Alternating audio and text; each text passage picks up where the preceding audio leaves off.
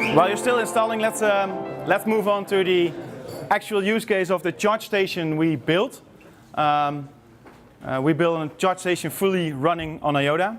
And we is ILADNL. ILADNL is a Dutch foundation founded by all the grid operators in the Netherlands.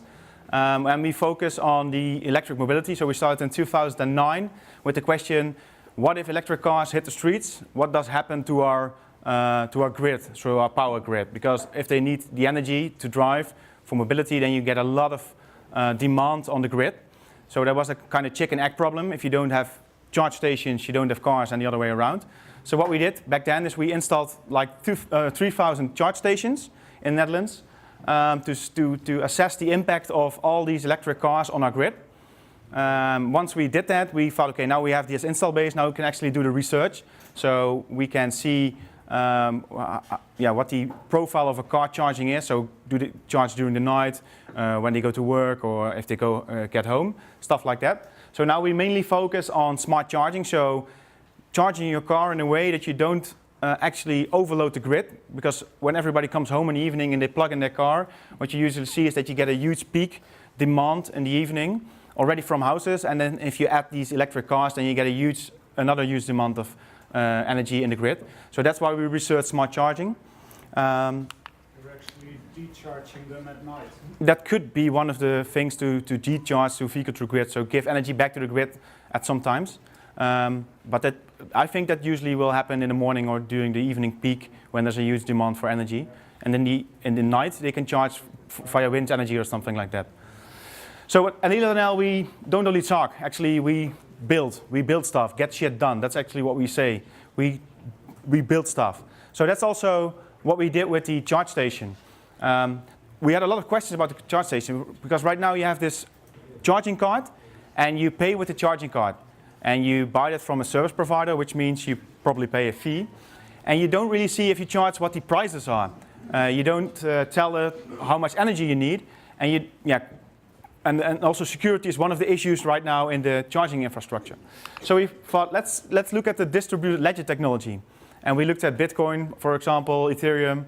But within the electric mobility, you need a lot of transactions, even maybe microtransactions when you do decharging of the car.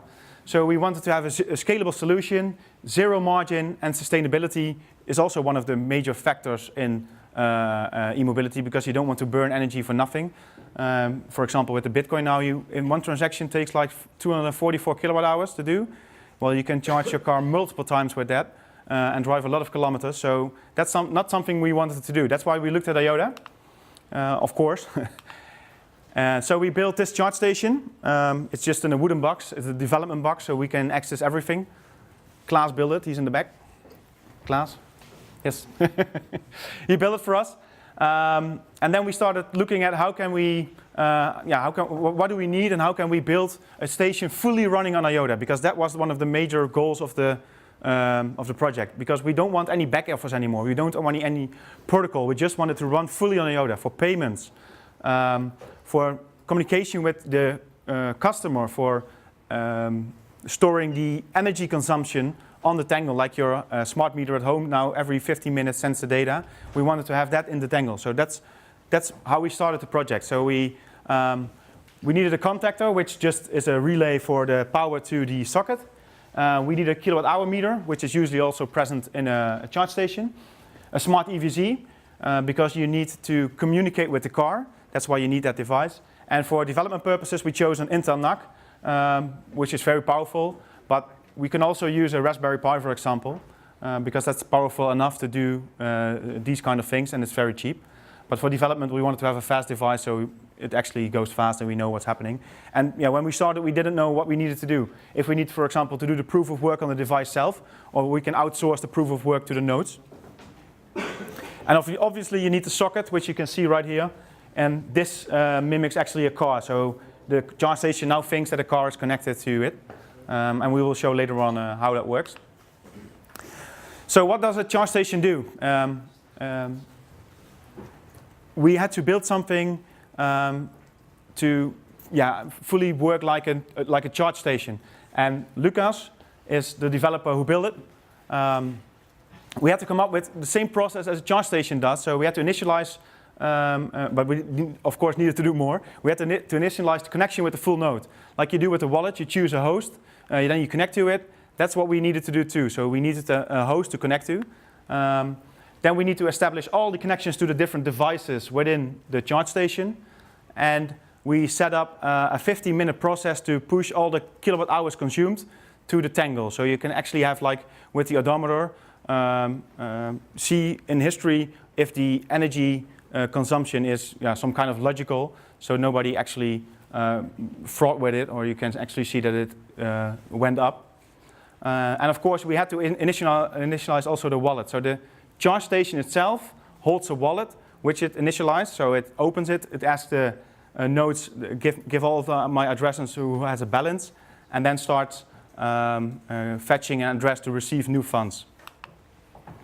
So getting ready. Now, well, like I said, it generates a new address, and after that, and that's I think the cool thing about IOTA, it broadcasts itself. So it tells actually the whole tangle, so everybody can see it. I'm a charge station, I'm located somewhere, and my rate is, so I charge like, let's say, 1 IOTA per watt hour. So in the tangle, this is publicly available, everybody can see it, you can build an app yourself and just fetch the same information. And it shows actually what the rates are, where it is, how it works, stuff like that. Then it sets the LED color to a certain color, because this LED also shows the state of the charge station. And then actually the transaction loop starts. So it starts looking, did I get paid? Did somebody send some IOTAs to me? And if so, it will start charging depending on the amount of IOTA you send, so the amount of energy it should receive, the car. So receiving funds, how does that work? Well, it checks the transaction using the library we are going to use tonight to build a small working program. We are also having some code set up to do that. And then it just loops through.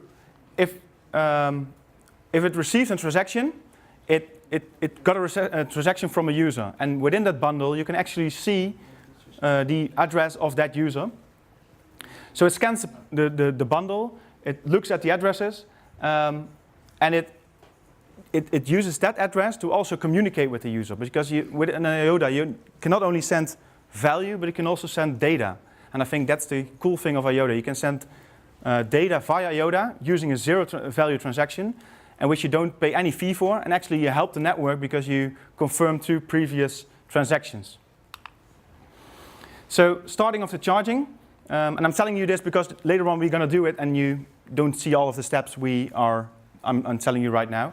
So it sets the state to occupied, it determines the kilowatt hour rate because it already sent it to the tangle, it takes that kilowatt hour rate and also knows how much energy you are going to receive. And then it sends the command to the EVSE, so the smart controller I just told you about, to start the charging. Then it sends the notification to the user because it got the address of the user. It sends a notification via the tangle, which it can receive in an app. You just started charging, you're going to get this amount of energy because you paid this amount of tokens.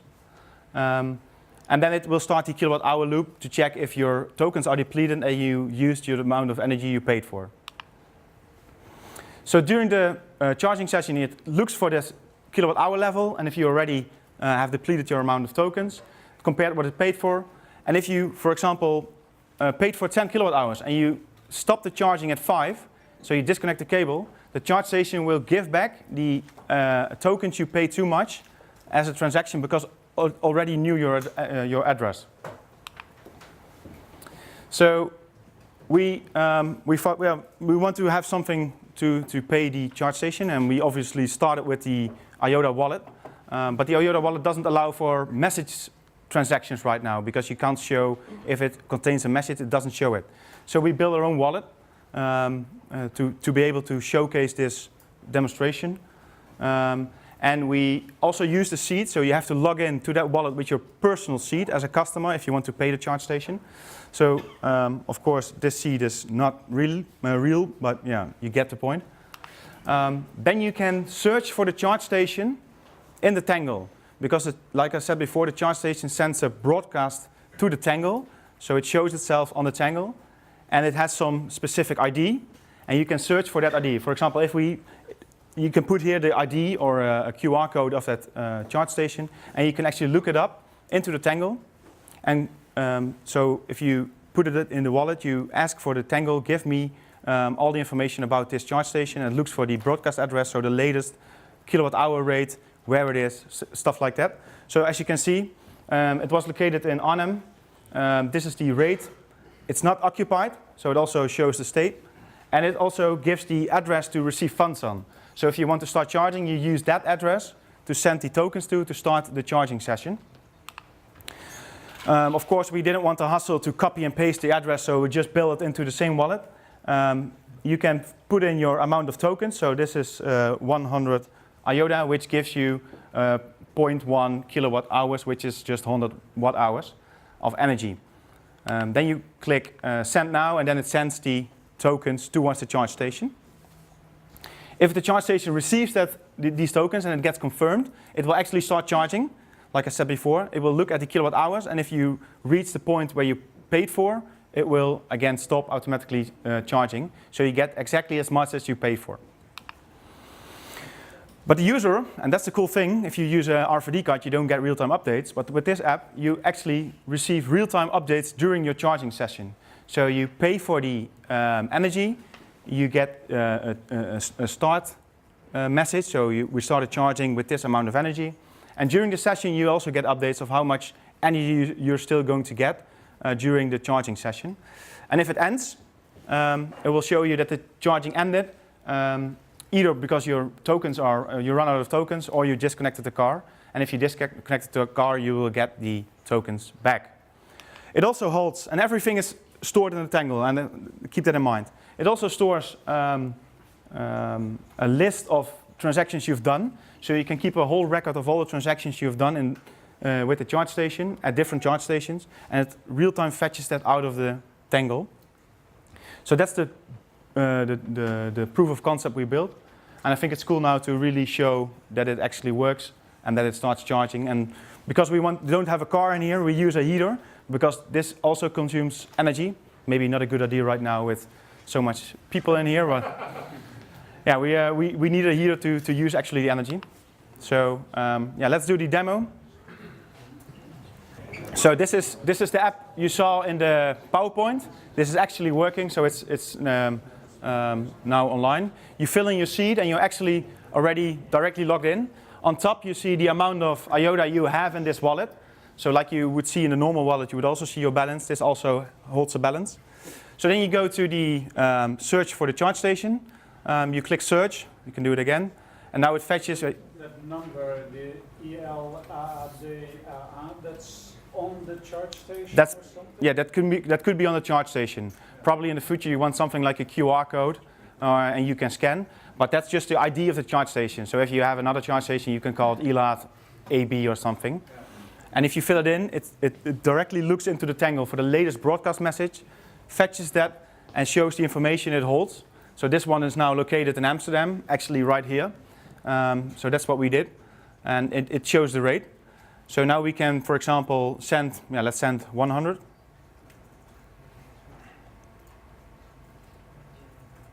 So we send 100 IOTA right now.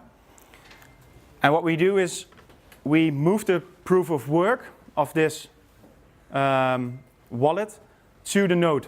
So the proof of work you need to do to get your transaction to the Tangle is moved to the node, so you can use it on your phone, for example, and it doesn't take too much time. You already see the transfer is complete, so the IOTA are sent to the charge station. The charge station is over here.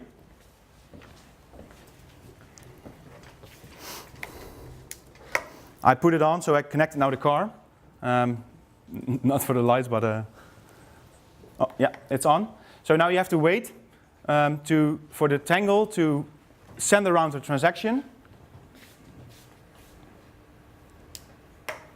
To send around the transaction and wait for the confirmation of the Tangle before the charge points will start charging. And I hope this time we don't have the demo effect that it's not working, because before we tested it, of course, and it worked.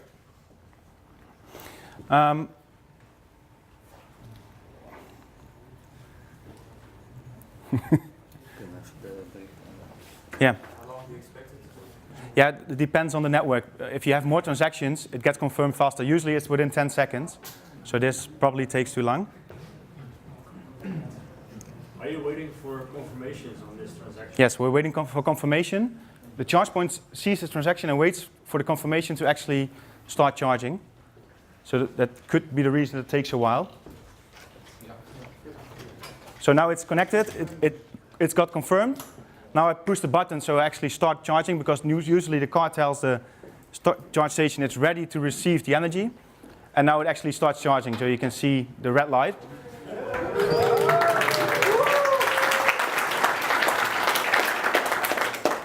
And once you have, like Dominic said before, if you have more transactions in the tangle, the confirmation times goes faster. So within seconds, probably in the future, you will have this transaction confirmed.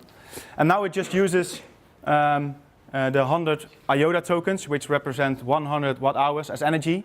And yeah, the heater is burning this energy. You just saw that here. The charge station now sends this to the user, because the user, this is the app of the user, and it told them that it's going to get 0.1 kilowatt hours of energy. What you can also do is just, if you see the transaction start charging immediately, and then let's say if it's not confirmed within a minute, you just stop the charging and wait then for the confirmation. But we chose to be waiting for the confirmation because it actually shows how you would normally do it. What about security? Because you shouldn't spend from one address more than once, but your car and also the charging pole. Exactly, good question. What will happen? The next time if you look up the charge station, you will get a new address, because the charge station will broadcast a new address after this transaction. So that's why why the charge station is not receiving multiple funds on the same address. And it's good to mention that you can receive multiple tokens on the same address or multiple transactions, as long as you didn't send away your transaction from the same address. Isn't it better to do this on a flash channel? Yes, and that's a very good one. What we want to do, because now we have the user in here, what would be awesome to do is just connect the car directly to the charge station, and that the car holds a wallet. So the car just sets up a flash channel and then pays for every 100 watt hours or something like that. That would be even cooler to do.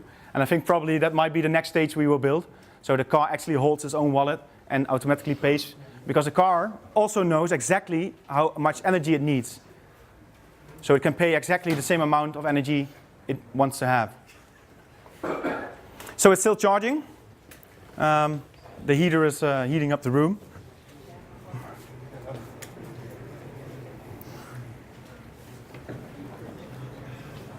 Yep. And now it stopped. So it stopped charging. It consumed 100 watt hours. And you will probably see in a few seconds or more seconds that the charge station sends actually a transaction to the user, but the transaction doesn't have any value, it's just a message that the charging session ended because the tokens were depleted or the user disconnected the cable. And I think it's cool to show also the disconnection of the cable to happen.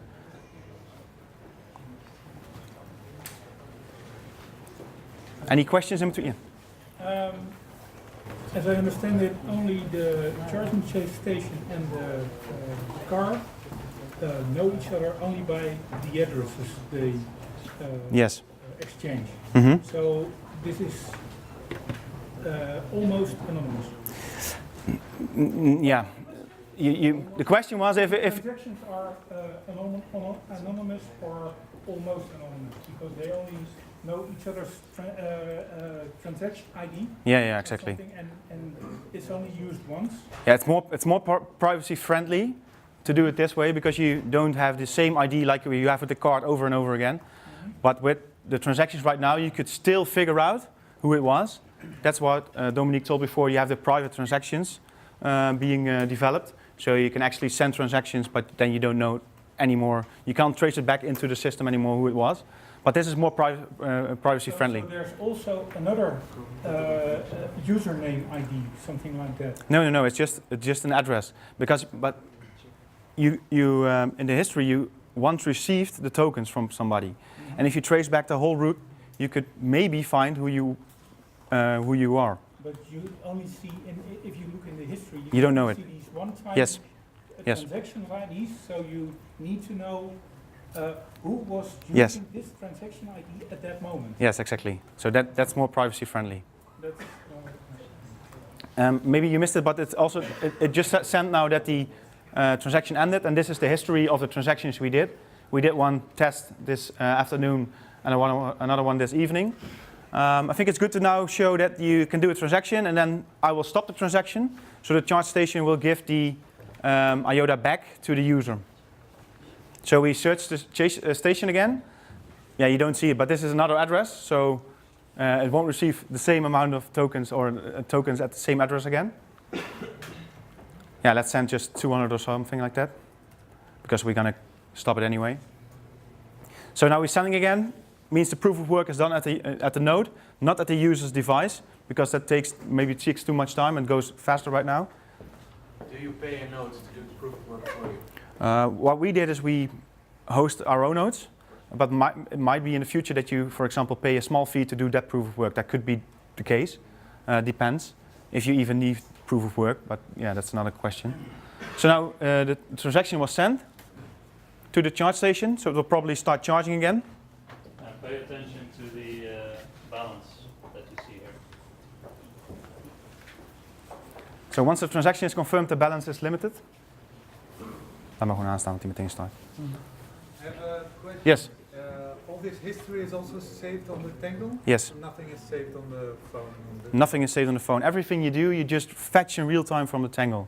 So also looking up the charge station with the address, if we change it in between, if we had, you would see the different address, for example, or different rate. So you can also now change the rate. So did you see the amount going to 1.5? If you change the rate in between, the user would immediately see that. If he goes to the charge station, looks it up, it gets a different rate. So now it started charging again. This one was faster. So now it starts charging. We can leave it on for a few seconds, and then we just stop the charging. It means that the user paid for the energy, but didn't actually get the energy, and the charge station noticed that, looks how much energy is used. So the same amount of tokens minus the usage is sent back. The question was, can you send the IOTA, does the charge station send the IOTA directly to the energy supplier who delivers the energy to the charge station? It does not right now, but it would be very cool if you have the whole chain. So you have a charge station, the user pays the charge station for the service, and the charge station itself pays the energy supplier directly for the energy it got out of the grid. So that would be really cool to have that as a total system, machine-to-machine economy. And I could be one of the suppliers with my solar panel. For example, yes. So if you have solar panels, you sell it. It could be your energy selling to this charge station. You can think of that. I think this technology enables for a lot of new use cases which are very complex in the way it is now, in the system it is now. But if you have these kind of technologies, it is much easier. If you disconnect the cable, to what address does the unit send it back? What we do now is if you make a payment, you always have, you send away all of your tokens to a new address, except the ones you send to the charge station. So the token sent to that new address is the one who receives all of the tokens. So what if you spend all your tokens? Yeah, good question. We didn't figure that out yet. How's the seed protected? Sorry? How is the seed protected? The seed. Yeah, that's another good question. The seed now is just in the device. And of course you can just take that device, open it, maybe even look at the hard drive or something and take out the seed. So it's not protected right now, but you can think of like a hardware security module or something like that. Or like you have I think for Bitcoin you have these hardware devices, you can use something like that maybe in the future. But remember that these are small amounts of euros or tokens you send to the charge station. And if you, let's say every night, just empty the seed, then there is no actually gain from opening a charge station and getting the seed out.